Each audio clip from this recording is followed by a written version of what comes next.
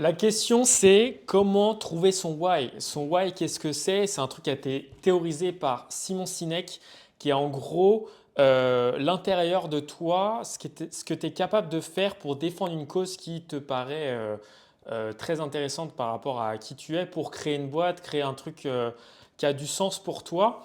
Et Simon Sinek, il parle de trouver son why. Donc en gros, pourquoi en français, comme tu le sais. Et ça veut dire un truc qui est aligné avec toi-même et qui fait que tu vas pouvoir te lever tous les matins pour faire un truc de ouf et créer des choses exceptionnelles. Souvent, on dit il faut trouver son why, il faut trouver son why, mais la question c'est comment est-ce qu'on fait pour trouver ce why-là? Trouver son why, il y a plusieurs façons de le faire, mais souvent, moi, je vois des entrepreneurs, ils me disent, ça m'est arrivé la semaine dernière par exemple, ils me disent, ouais, je veux monter cette boîte parce que le time to market, il est parfait. Donc, c'est-à-dire que le temps de rentrer sur le marché pour créer sa boîte, il est parfait. Sauf que le problème de ça, c'est que tu ne crées pas une boîte parce que le time to market, il est parfait. Tu crées une boîte parce que c'est en adéquation parfaite avec qui tu es et ce que tu as envie de faire dans la vie.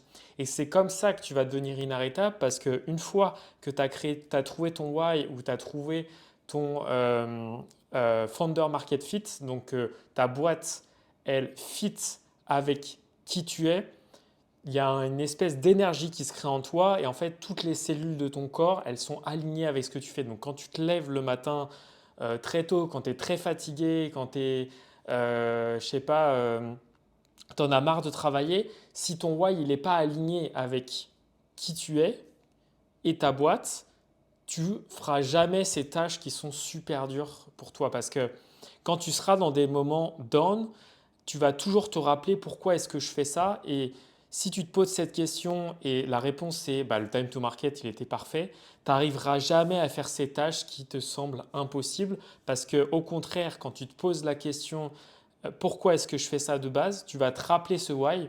Genre par exemple, je sais pas, tu étais à l'école tu galérais, tout le monde te disait ouais, t'es pas bon, les profs ils comprenaient pas comment tu faisais pour être aussi mauvais et donc tu l'as mal vécu d'être à l'école. Tu dis ok, ce traumatisme en question c'est mon why et je vais le transformer en énergie positive et créer une boîte qui est associée à comment est-ce que je vais résoudre le problème de l'éducation de la société dans laquelle on est. Alors c'est un exemple parmi d'autres. Et comment tu fais pour trouver ce why-là? L'une des façons qui est pas mal souvent, c'est de se poser la question, un truc qui est lié à un traumatisme ou un truc qui est lié à quand j'étais petit, qu'est-ce que je voulais faire? Quel était mon but quand j'étais petit? Et ça vient souvent de quelque part. Moi, par exemple, quand j'étais petit, mon ambition, c'était de construire des fusées. Parce que j'étais un grand rêveur et j'adorais l'espace, j'adorais l'aéronautique. Et je me suis dit, OK, comment je peux atteindre ce rêve de créer des fusées? Et en fait, c'est comme ça que je suis devenu ingénieur aérospatial. C'est comme ça que j'ai commencé à travailler sur comment envoyer des fusées dans l'espace avec des ballons stratosphériques. C'est comme ça que j'ai travaillé sur un avion électrique pour une start-up. Et au fur et à mesure de mon avancement, ma mentalité et ma façon de raisonner, elle a changé. Et c'est comme ça que j'ai créé ma première boîte StratoView qui envoyait des ballons stratosphériques dans l'espace. Donc j'avais, entre guillemets, atteint mon objectif qui était d'atteindre les étoiles et d'atteindre ce rêve de toucher l'espace. Et ensuite, à force de réflexion, à force de rencontres, j'ai créé Helium parce que je trouvais que ça avait beaucoup plus de sens sur avoir un moyen de lutter contre les feux de forêt ou les catastrophes industrielles. Donc mon why à la base, il est devenu de mon enfance, du fait que je voulais rêver de toucher les étoiles et de faire des choses exceptionnelles. Et ensuite, j'ai évidemment une obsession de faire quelque chose qui va changer la France, l'Europe, puis le monde.